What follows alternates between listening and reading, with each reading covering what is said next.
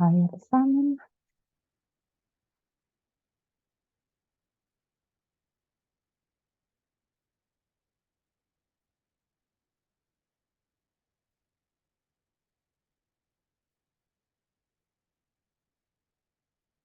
Velkommen alle sammen. Welcome everybody. Så alle sammen, det her det bliver på engelsk. So this will be in English today because I received this knowledge in English. Knowledge that I've known for a while. And let's see if people come on. You're welcome to say hi. And let's see if people come on. Oh, there's an echo. Hi. So,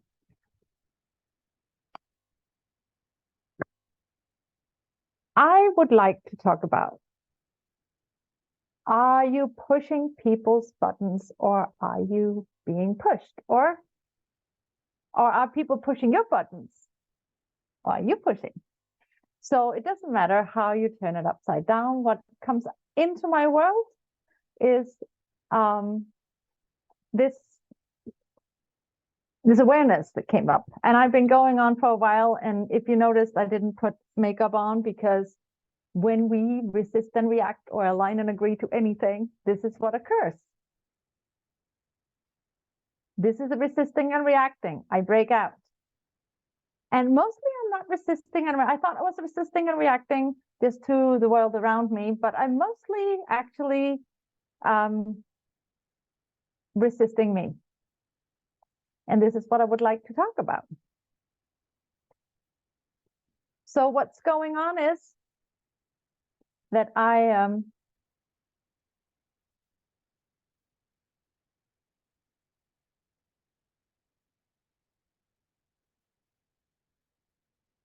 yeah.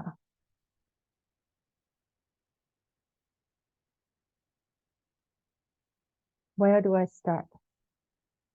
I just created a space. And this is actually the thing. If you are being pushed, and this morning I had this conversation with a friend, we were meeting up. And as soon as I call, I perceive this intensity.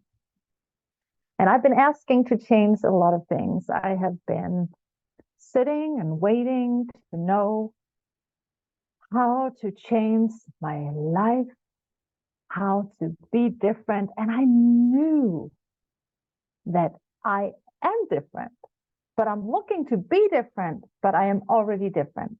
I'm looking to do something different, but I'm already being it. And if you ever known that you are something, and you deep down, you know that you know, but you are not acknowledging it. And now you are pretending not to know. And I know this, keep up with me. I know this creates this, you are putting yourself down. You have to cover yourself up in layers. You have to put it in little boxes to avoid to be and do anything that doesn't match what you decided that you don't know. And so you do know something, but you're pretending not to know it. And when you're pretending not to know it, you have to put a lid on it and put it in little boxes and cover it up nicely with a little bow. And this says the knowledge I don't want to have, the knowledge about this I don't want to have. And what comes up is that when the energy comes around and somebody else sees you, like this morning, I see my friend there and there was an intensity, an extreme intensity of annoyment. And she projected, she said, no, that's not my box here. It's not mine. But somebody pushed her buttons. And she projected it out at someone else, saying, it's not mine. This is what we do. It's not mine. And then we basically, the energy comes at us. It hits our wall of, I'm not intense, I'm a nice girl. So then it hits our wall and we project it away because we don't want it. So we project it out further. And now this energy just flies around, hits the next wall and the next one, hits the next wall and the next one. And it keeps going around and it accumulates so much energy. So it also grows. And this is what I see we have in the world right now. Let me just see if I have to let anyone in.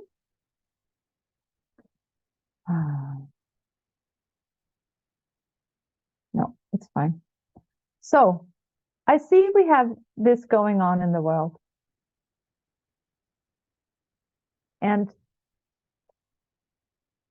where the accumulation of energy, of people reacting to other people's reaction, of other people's reaction, of other people's reaction, and everybody's projecting it away. It has nothing to do with me. It's not mine. It's not mine. It's not mine. It's someone else's. And we even have wars going on where we don't live, that we are projecting away, that this is not ours. We want peace. We all want this peace. But we're not willing to be the energy of that peace and ease. We just keep fighting. Then we'll fight this and this and this. And that's the thing where we misidentify what's really going on. So today, what it created was, I pick up on this annoyance and I actually get annoyed. And when you pick up annoyance and you get annoyed, you actually, if you are good at it, hi Lisa, if you're good at it, you will actually, you would match the energy. And when you match the energy, it creates some space.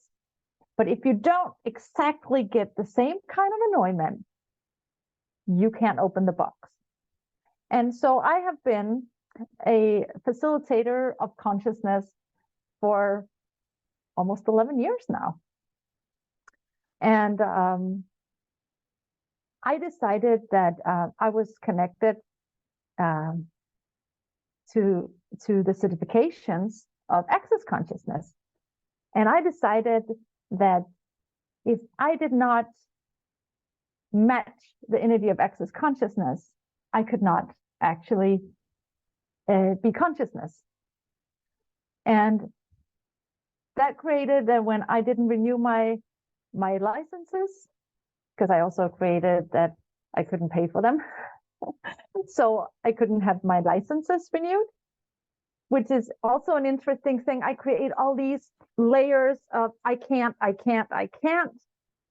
because I am trying to be something that I'm not. I'm trying to be the tools that, I'm trying to become what I'm already being.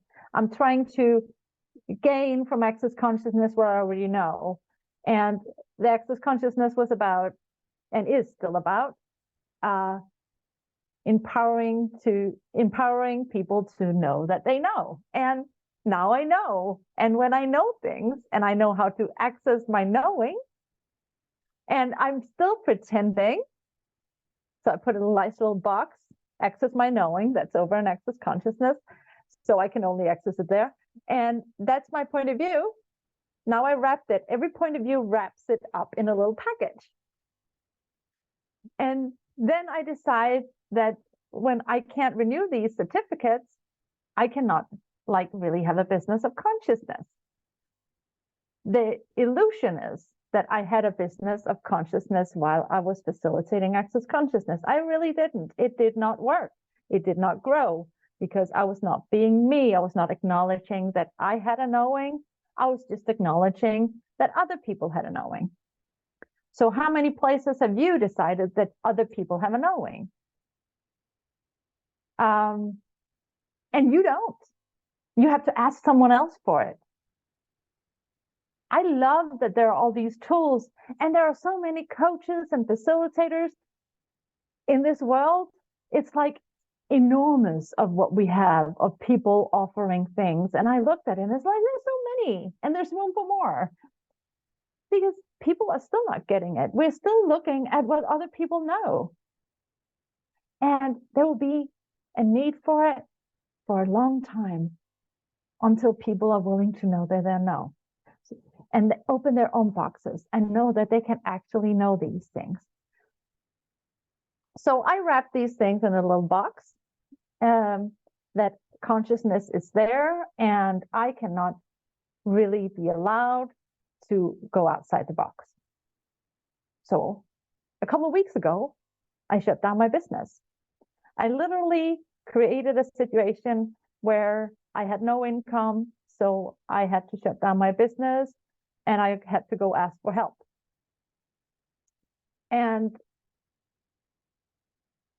that was not fun, but it's not even had to. It was most expensive to ask for help. And I had to go ask for help in a system that I have been avoiding ever since I was stressed the first time in my life, which is 20 years ago, or more than 20 years ago. This system of where you come and you need something and you need help, the social ones, you need somebody to do things for you and you're helpless. And I had to actually enter this system, but this time I was not sick. I had no stress. That was my point of view. The first thing that happens at the first interview, there was some buttons being pushed. And I knew the buttons were going to be pushed. So I was prepared. I prepared all that you have to prepare for the first 3 weeks of you being unemployed. All of it. I had prepared it all because then nobody could push my buttons. Do you know how much you control so people don't push your buttons? Like how you cover everything up with nice little bows so people won't know that there is a box. It's just all bows. And that's what I did. So I came down there and she said to me, just for an example to say what I could, so you're a nurse. And she was just going to explain really nice to me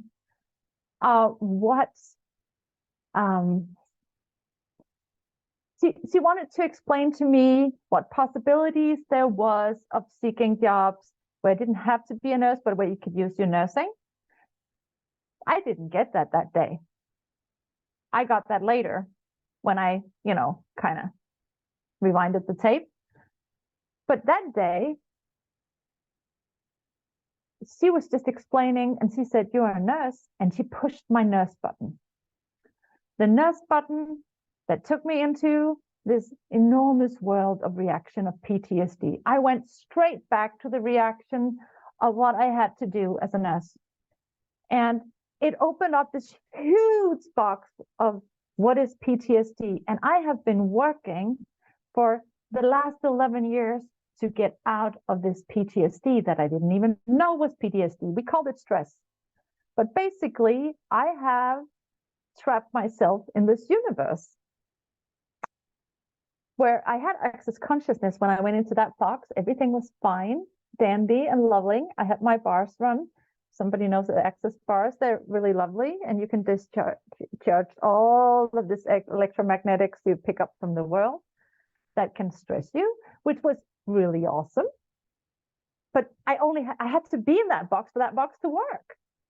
And then I had this other box that I wrapped away that was called the nursing box. And she pushed the nursing box and it lit up. And I went straight back into the box. And in that box was, I'm not allowed to help people. This is what creates PTSD, is actually when you have an ability and a knowing, and you know you can change the situation, but you are not allowed. I am gonna rewind that for a minute. You will not allow you to change it because there are rules. And if you break the rules, they're gonna kick you out of the box. And this was the dilemma. I wanted to be in the nurse box. I decided I was a nurse. And I was going to be a real good nurse. That means I was going to do everything right by the system, not by the people. But I actually chose to be a nurse to help people save themselves from dying. I knew something about life and death, and I knew you could live and you didn't have to die. I knew you could be healthy. You didn't want to be sick. And it took me 11 years of access consciousness to actually know that I have a choice of whether I want to be healthy or I want to get sick. It's a choice I have. I sometimes go into the box that I don't have a choice, the no choice box. But we do know we have a choice. We just choose the no choice box because it's normal and everybody has a no choice box. So what I did was I get pushed into there. I'm standing there and I'm once again in this dilemma of I can't help people the way they need the help. I can't actually get them anywhere because it's not allowed. You have to keep your hours. You cannot spend the presence with them because you are not supposed to be interrupted in what you're doing. So like when I was pouring out medications, putting pills in boxes and stuff, I was not allowed to talk to people anymore and have that cup of coffee with them. There was no time for it. Or when somebody had to stay longer in bed and they really, really was missing to have something to drink, to even have touch, to go to the bathroom. And I would just always it'll have to wait because I have to write a report. I have to write it all down what I'm doing. And that's more important than helping these people. And I had a lot of points of view. If you can hear, there were so many points of view around this. And it brings up all these points of view about what's going on in the world. This is the social system, so we're doing, but it's going on, even though you don't have social systems, then it's just going on in the rules of the family, in the rules of the society, in the culture. We all have rules everywhere. We decided it's so important to keep. I'm not saying that you should break the rules, but I'm saying you should look at what you know. What you know is possible to be in a situation. And when people can push your buttons, it's because there's something that's not aligned. There's a resistance and reaction there.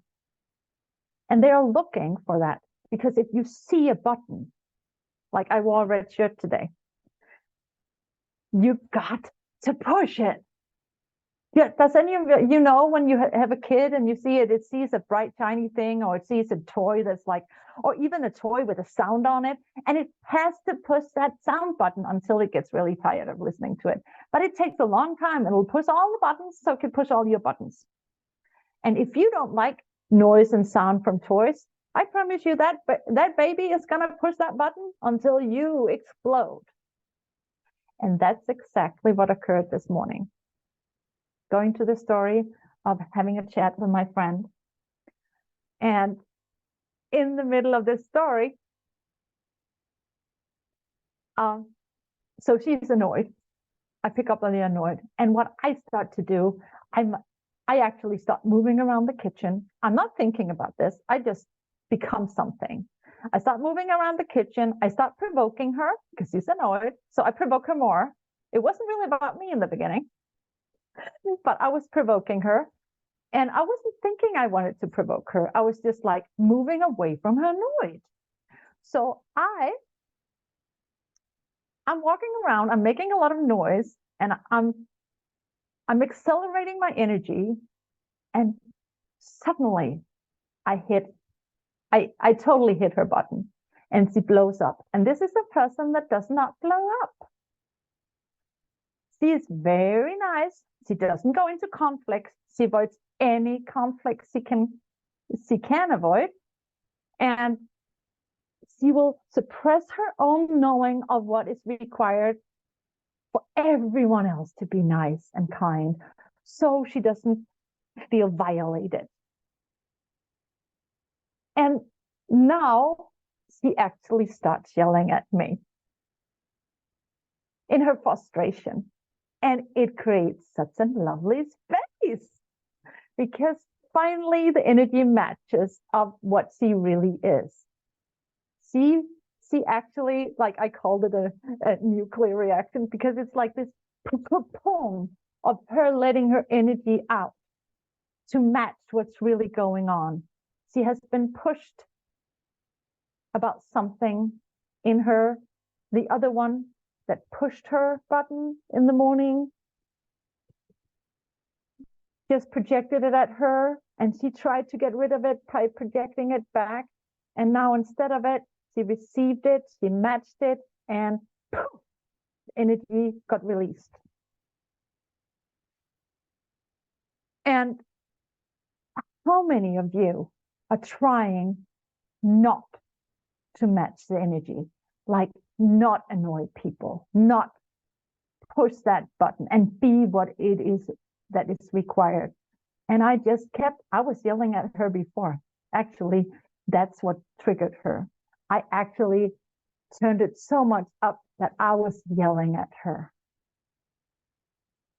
And then I wasn't saying anything about what was really going on.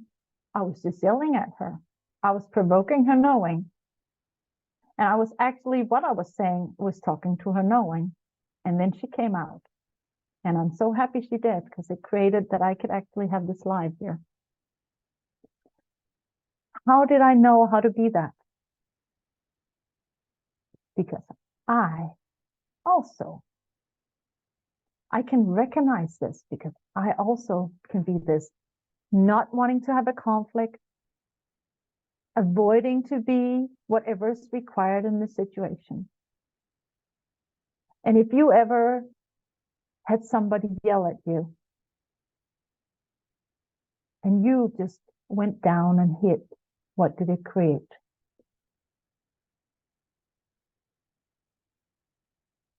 Did you become happy?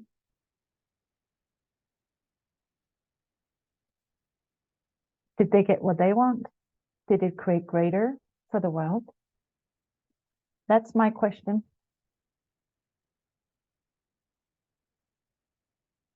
It doesn't. And I have the last week trying to preserve my voice, because we're having a concert. And I have been trying to make sure everybody in this choir for Tuesday is ready for the big concert. It's a big concert. And we have soloists, we have music on there, and it's much bigger than any of these people in the choir have ever thought they could be part of. And since trying to keep them well and everybody's sick around them, I've been trying to contain that and sitting there and getting treatments so I wouldn't get sick. Just for that one evening. Like, I also been part of creating a Christmas exhibition, and I was also there to make sure that everything was contained, that everything was good, everybody was happy, so it could be a success. And I do this so everyone can have a success.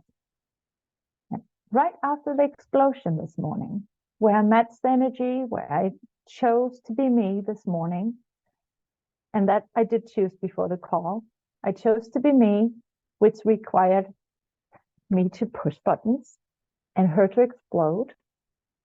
Right after that, I could sing. I had no problems with my voice. It was very clear. I could hit all the right notes, and I wanted to sing instead of I had to protect all the other voices. So all this illness, this ease that I used to cover up, I used their disease actually to cover up that I don't need to create a success for everyone. I actually just need to be a success. And then people can choose it. And as soon as we have these explosions, space are created. When you match someone's energy, a space is created. That's why we like to be around people who are in the same space as us, like the same energy as us. If you're a joyful person, you like to be around joyful people, that works for you because it creates a space. If you're like a negative person and you like negativity, like complaining, most people don't really like negativity, but they do like complaining, you will spend time around people who complain and argue because that creates the space you desire. And if you are a jolly person and you get in a room of people who likes to argue, who likes to create a lower frequency than you, what will you have to be and do there? I mean, I went into that conversation out knowing all I asked for before is like, what can I be here to have ease when I went in for the to report myself as available for jobs. And she pushed that nurse button and it all came up again. And I had to look at all the PTSD things and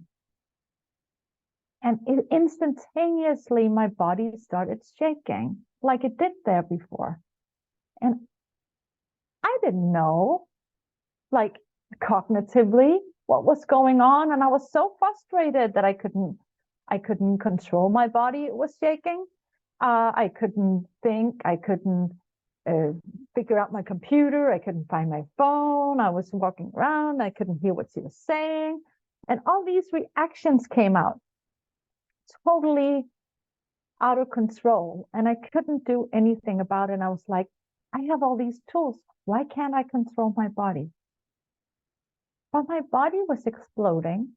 It was saying, this box is open now. You have to look at this.